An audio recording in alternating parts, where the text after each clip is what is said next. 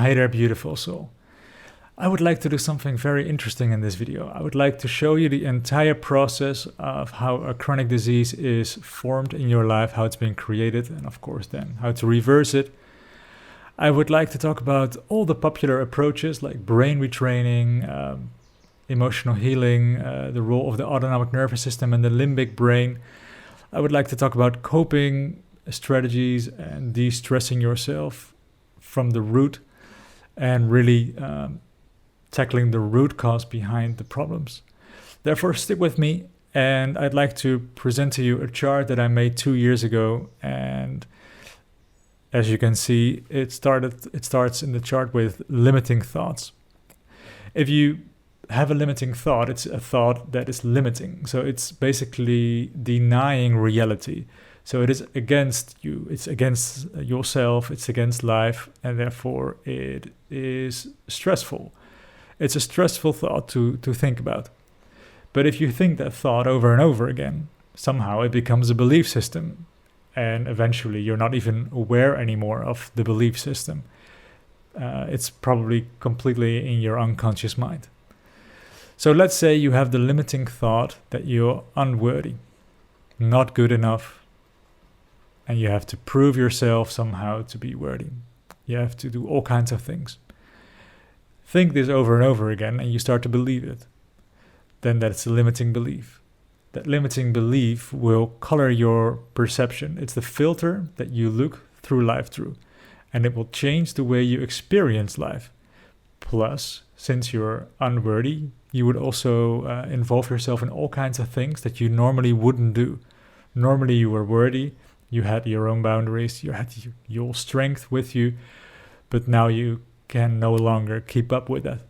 The experience might not be completely different, but if you have a belief system of being worthy, the same experience might have a completely different experience for you. Involving yourself then in all these kinds of experiences will create at some point feelings and emotions. And I'd like to talk about 2 specific feelings and emotions that are very interesting. And they are fear and anger. They are very interesting because fear and anger activate the fight or flight mechanism. So anger is fight, and fear is flight, running away as fast as you can. This means that the autonomic nervous system is going to give you an energy push in your body to run away or to fight. Lots of bodily processes like digestion are not really important, but all your strength and energy goes into clear thinking and your muscles to be strong in a fight or have enough endurance to run away. If you then, however, have a belief system that you're unworthy, that you're not good enough to use your fight or flight mechanism, the energy of the fight or flight mechanism, which is huge, is going to stay stuck in your body. And therefore you are going to the freeze response of the nervous system. And in the freeze response of the nervous system, you create a trauma. That means you don't really process the event anymore, and you sort of block yourself, and people have limiting or no memories whatsoever about an event that triggered a trauma.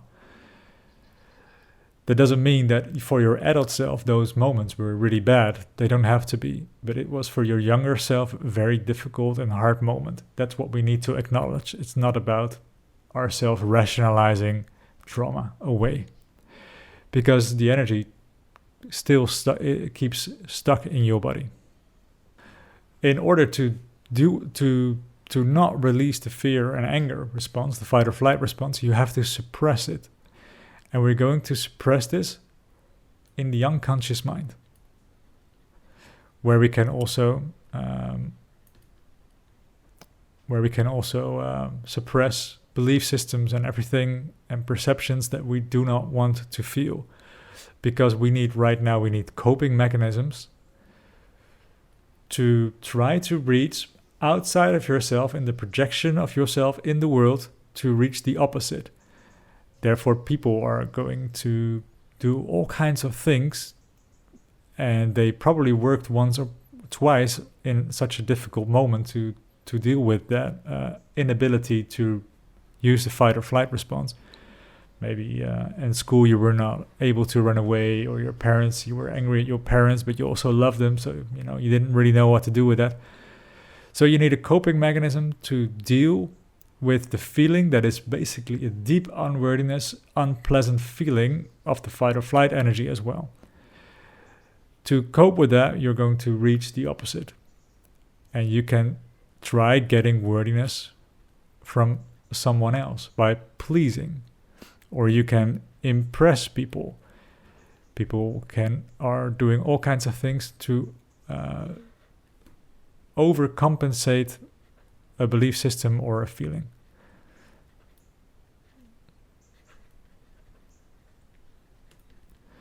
According to schema therapy, there are 3 kinds of coping mechanisms. Overcompensating techniques. Those are the most common for people with a chronic disease. They're basically fighting themselves. Then there is denying.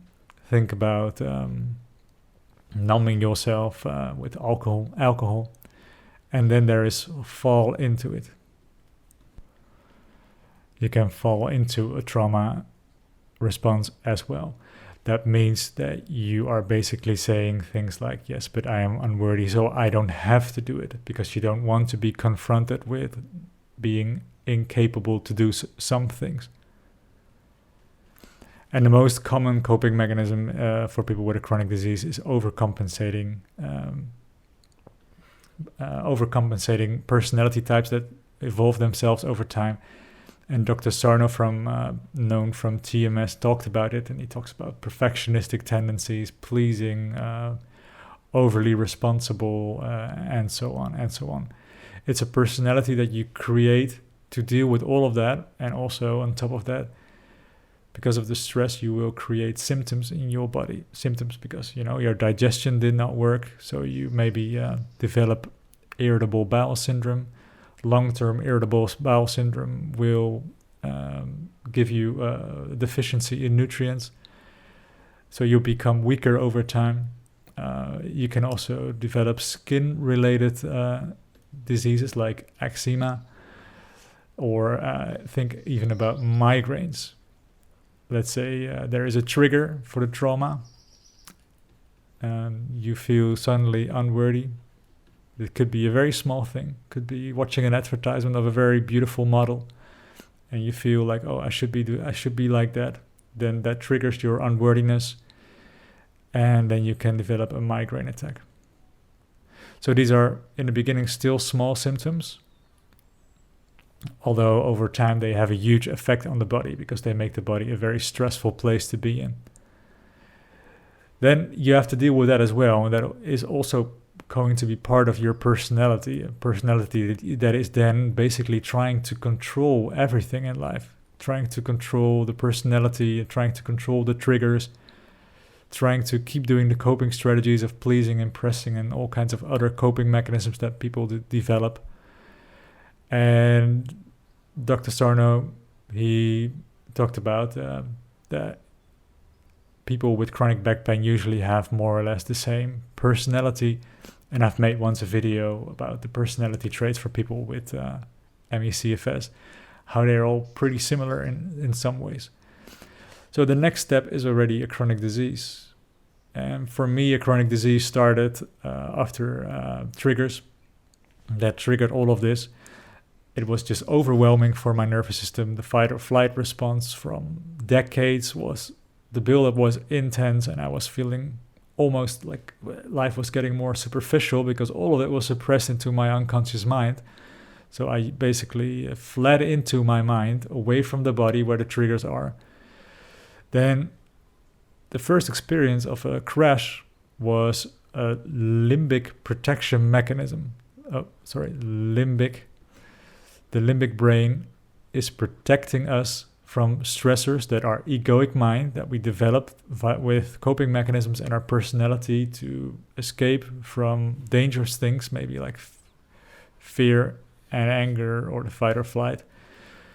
That becomes a danger for our survival, for our limbic brain. That's the way we programmed ourselves. And the limbic brain is going to create symptoms, think of primary symptoms like a crash. Then there are also secondary symptoms and even tertiary symptoms that are the result of being long-term in a state of stress. If you think about a secondary symptoms, it could be sleep deprivation. And the consequences of that will be as well feeling worse and worse and worse and worse.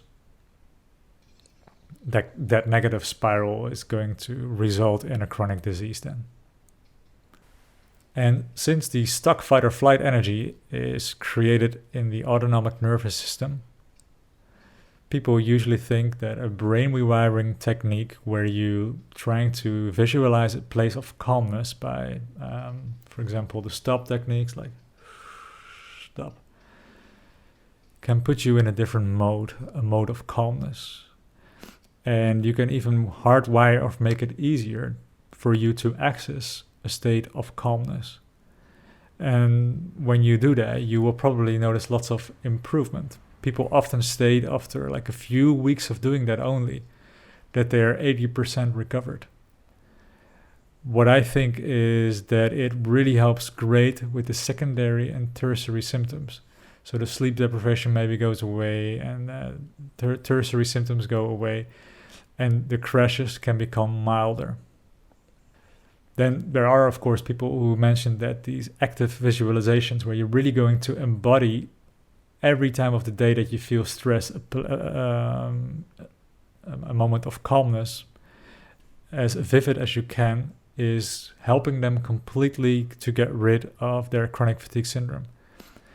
I think this could be the case, but I think it's for a minority. I think the majority improves, and we often hear this 80% thing, but we still haven't dealt with the primary limbic brain reactions like crashes.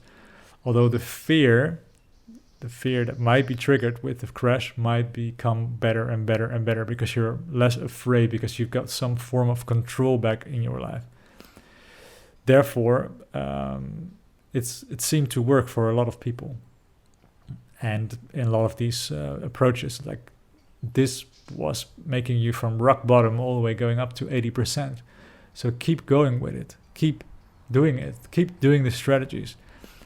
At the same time, a lot of these techniques, and personally myself as well, I use a lot of techniques to work about belief systems, because you see, the belief systems were the cause of all the stress.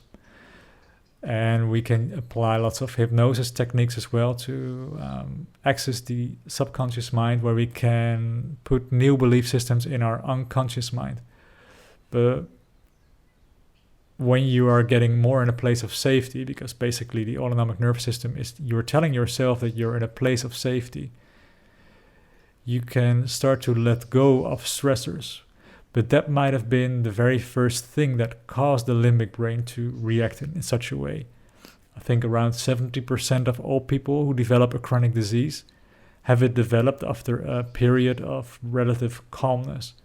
Let's say a dysfunctional relationship ended, or a stressful job ended, or they handed their papers in for a study. There was a period of calmness, and what happens then is that things come up. In the animal kingdom, you see as well, after a long-term fight or flight response, is that animals are going to lay down and going to shiver. There are lots of ways to get rid of stress, because at a certain point, your body, let's say this is your body, here it's 0% and here it's 100%. This represents your body. Kyle Davies from The Intelligent Body as well stated that your body is the stress bucket. You have to swallow all these stressors, swallow the fear, swallow the anger, swallow the fight or flight response, and swallow as well the stressors that you feel by applying all these coping mechanisms, because that is also enraging yourself in some way. So you keep swallowing the stress, and over many years, your bucket is going to be completely full.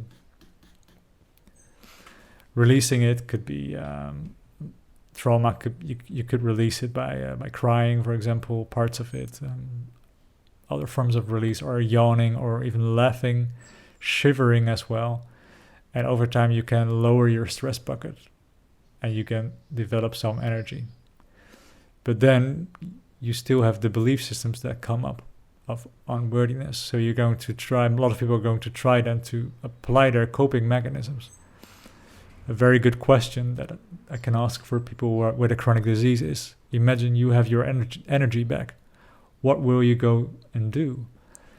And then most of these answers are coping mechanisms that people rationalize away as if it is normal to act in such a way. But if they're really honest, and you have to be brutally honest with yourself, then what you see is that these coping behaviors, let's say, for example, there's a man. Men usually want to work out very hard and become really strong. That's a coping mechanism to deal with the feeling of weakness and trying to prove your worthiness to the outside world. And therefore, it's a way to find connection again.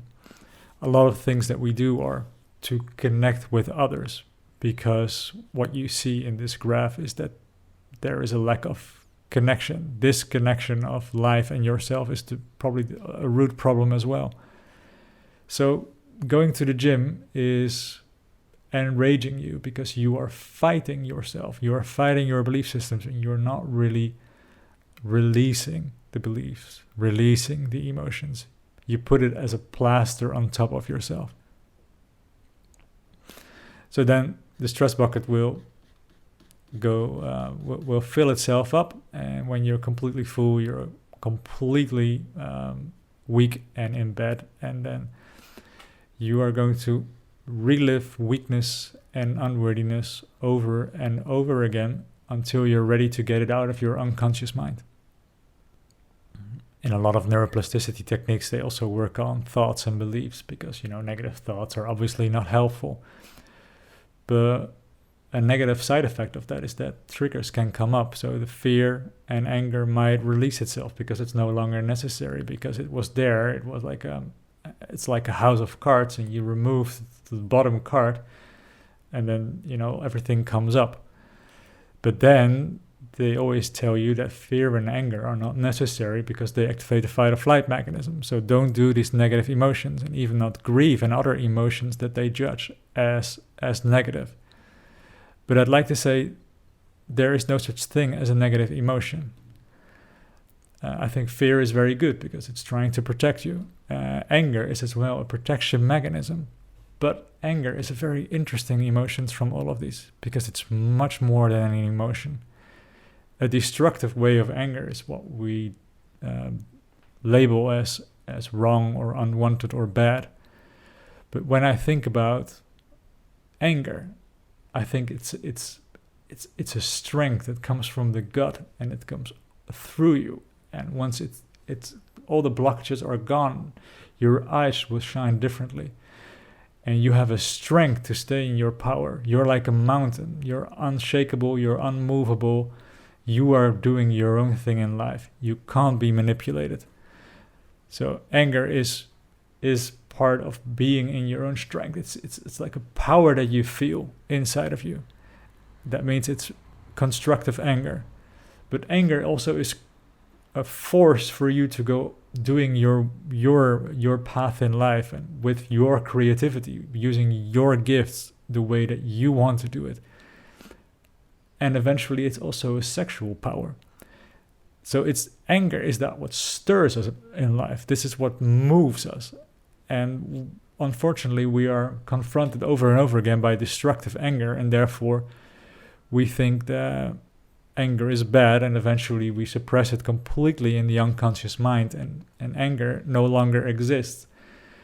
But that castrates us in some way. We become sort of pets. We are easily manipulated. We easily go off our own path. Plus, the energy of anger is not gone. It's just hidden in your body. It's blocked. It's blocked by all kinds of beliefs and automatic behavior that you do. So if you are working on your belief systems, but you're not ready to release fear and anger in such a way, then go very, very slowly. And I use in the second module, it's already about reprogramming yourself via hypnosis techniques with affirmations to reprogram your belief systems. That means we're going to create, we're going to let the house of cards, that is basically this graph, we're going to let it fall. I wrote in the middle of the circle safety, because safety is important. Safety can allow us to release stuff, and it's as well like telling your nervous system that you're safe so you can act calm. But when things come up, you will experience the exact same opposite. You will experience danger, and this is how you have wired yourself. Therefore, the limbic brain is protecting you with a crash that could be called the cell danger response. It's protecting you. It's forcing you to stop, to not involve yourself anymore in anything stressful. The lucky ones are the people that could heal in a few weeks with a brain rewiring technique. I think that basically comes because the trigger or the triggers are already gone, and in their period of chronic disease, their stress bucket is already very, very empty. Usually these people were still relatively young. Therefore, I don't really focus on this group. I focus on people with a stress bucket that is much, much fuller. And these people are all, in a way, traumatized in severe ways without even knowing them. I often experience that there are two types of people who are traumatized. There are the people that will cry instantly once they focus on their body. And then there are the ones who are completely detached from their body. They don't even really experience themselves anymore. And for both of them, what they need to do is they need to build themselves up with, for example, presence, becoming aware of it, of everything, of all your coping behaviors, of just, well, first of all, becoming aware that there is a world outside of your mind. So I talk about presence in the 4th module. Then another good thing to do is to work on calmness. A way of using calmness is pacing. I don't think pacing works to imagine that there is nothing there, that you're a clean slate and you just have to be like a baby, and if you keep on pacing yourself in 5 months' time you can run a marathon or something. I don't believe it to work it like that, but I believe pacing is limiting the amount of triggers that trigger all of this.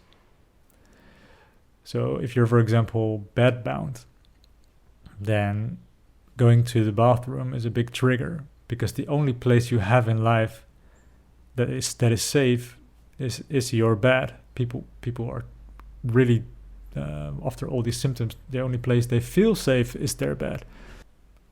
And as well, something else they need to work on is the connection with their body, to come out of the brain and to connect with the body. That is, of course, a process that needs to go really, really slowly, because the body is the place with all the stressors. So you have to be slow. You have to slowly connect yourself with your body. Peter Levine, who is a trauma therapist, talks about, first rubbing your arms and your legs, and just feel like that. Usually the emotions are between the neck and the lower gut. So go really slow, touch your chest for a while, and just be here with yourself. Embrace yourself. Really try to connect yourself as slowly as with your body as possible. And eventually you can do things like body scans. And you can tell your limiting thoughts and limiting beliefs, your unconscious mind, then that all these feelings are safe.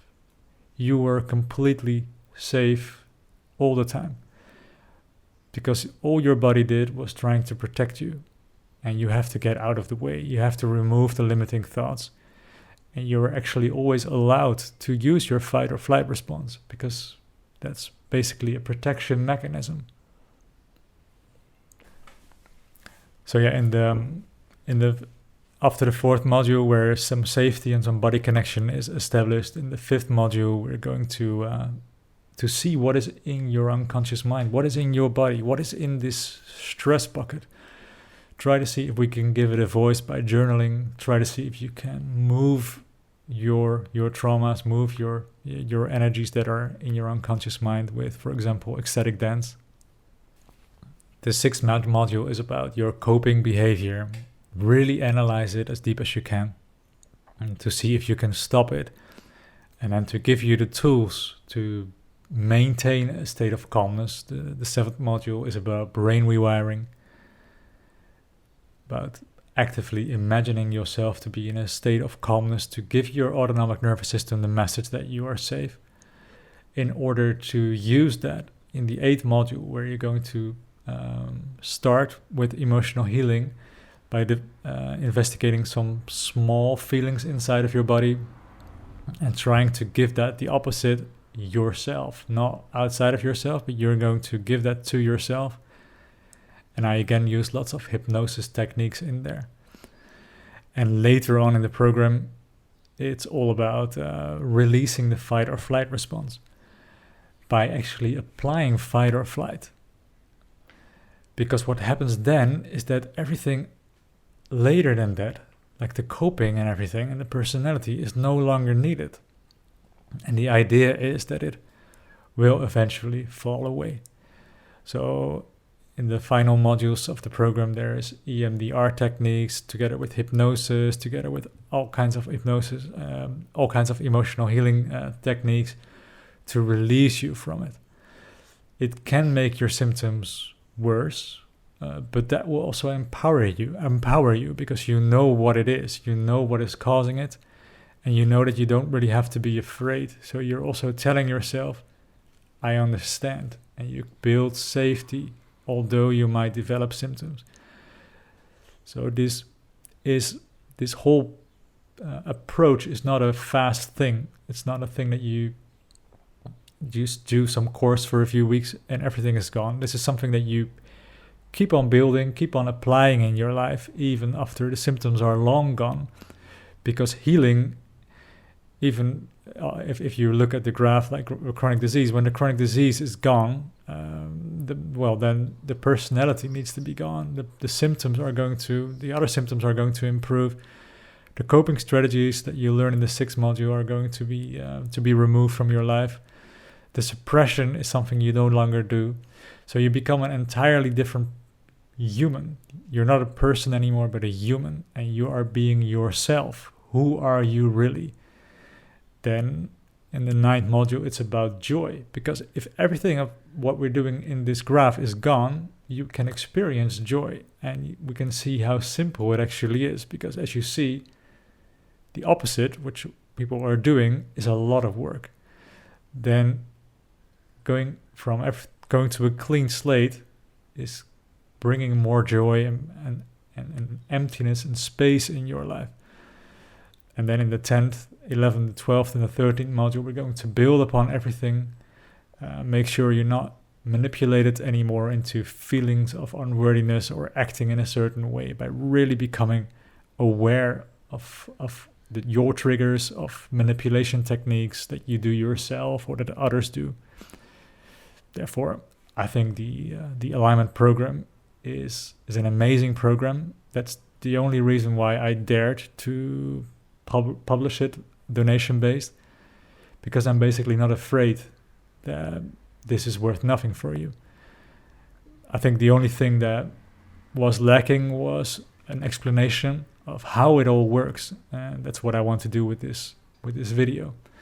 But if you apply this, and I hear so many messages of people who are applying this, it's not the fast way, but it gives long-term results. And that's what I want from people. To have long-term results, to have understandings about their symptoms, and really reverse everything, reverse the personality, reverse the suppression, so that we can eventually become a clean slate again. So check out the Alignment Recovery Program. It's a donation-based program that you can find on my website, danielvanloosbroek.com. I also have a podcast where I talk about stories that are involved with this. The program goes much deeper into this. And if you would really like to dive into your own coping mechanisms, your own belief systems, your own suppression, your own feelings, your own personality, then I do that via coachings. And a coaching with me goes really, really fast. It's not like a 2-year-old psychoanalysis where you analyze yourself to death. But I try to make it as practical as possible with finding the next step that helps you to release all of this and gives you practical exercises and actually do it. I really love to release your fear and your anger by applying the fight or flight mechanism and reprogram your unconscious mind. That's what my work is. And release the stress bucket completely. This entire graph is a graph of stress. And everything that I do is about de-stressing yourself from the inside out. So check out my work. Check out my website. Thanks, everyone. I wish you a beautiful day. Bye.